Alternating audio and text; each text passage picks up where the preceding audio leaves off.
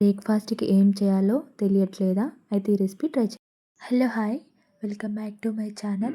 ఈరోజు మనం చాలా ఈజీగా ఫర్మెంటేషన్ అవసరం లేకుండా చేసే పొటాటో అండ్ రైస్‌తో చేసే దోస. దీనికోసం ముందుగా ఒక 2 కప్పుల బియ్యం, రేషన్ బియ్యం తీసుకొని ఒక 4-5 గంటలు నానబెట్టుకోవాలి. లేదా 2 అవర్స్ నానబెట్టుకున్నా సరిపోతుంది. దీనికోసం ఒక ఆలుగడ్డను కుక్కర్‌లో ఉడికించి పక్కన పెట్టేసుకోవాలి. ఇప్పుడు మిక్సీ జార్‌లో నానబెట్టిన బియ్యం, 2 పచ్చిమిర్చి, 1 టీ స్పూన్ జీలకర్ర వేసి ఒకసారి మిక్సీ తిప్పుకోవాలి.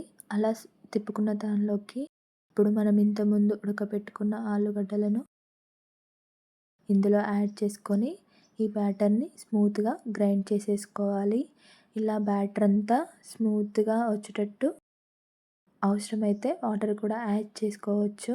కొంచెం థిక్ కన్సిస్టెన్సీ ఉండేలా చూసుకోవాలి. ఈ బ్యాటర్‌ని ఒక మిక్సింగ్ బౌల్‌లోకి తీసుకొని దీనిలోకి 1 టీ స్పూన్ సాల్ట్ వేసుకొని ఒక 10 మినిట్స్ పక్కన పెట్టేసుకోవాలి. దోస వస్తుంది కానీ కొంచెం సేపు రెస్ట్ ఇస్తే టెక్స్చర్ ఇంకా బాగుంటుంది. దోస మంచి రెడ్ కలర్‌లోకి వస్తుంది. ఇప్పుడు ఒక దోస పెనం తీసుకొని 2 డ్రాప్స్ ఆయిల్ వేసుకొని టిష్యూ లేదా ఏదైనా కాటన్ క్లాత్‌తో ఇలా పెనంని సరి చేసుకోవాలి. ఇప్పుడు మనం దోస వేసుకోవడానికి పెనం రెడీ అయిపోతుంది. 2 గరిటెల పిండి తీసుకొని చాలా పల్చగా స్ప్రెడ్ చేస్తూ ఇలా వేసుకోవాలి.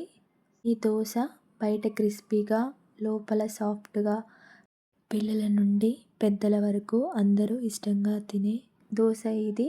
ఇప్పుడు దీనిలోకి 1 టీ స్పూన్ ఆయిల్ వేసేసుకొని 10-15 సెకండ్స్ ఇలా దోస కింద భాగం ఎర్రగా అయ్యే వరకు కాల్చుకోవాలి.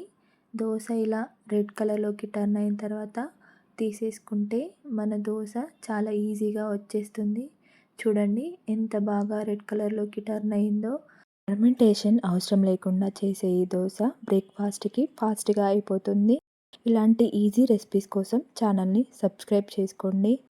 Thank you for watching. Next వీడియోలో మళ్ళీ కలుద్దాం.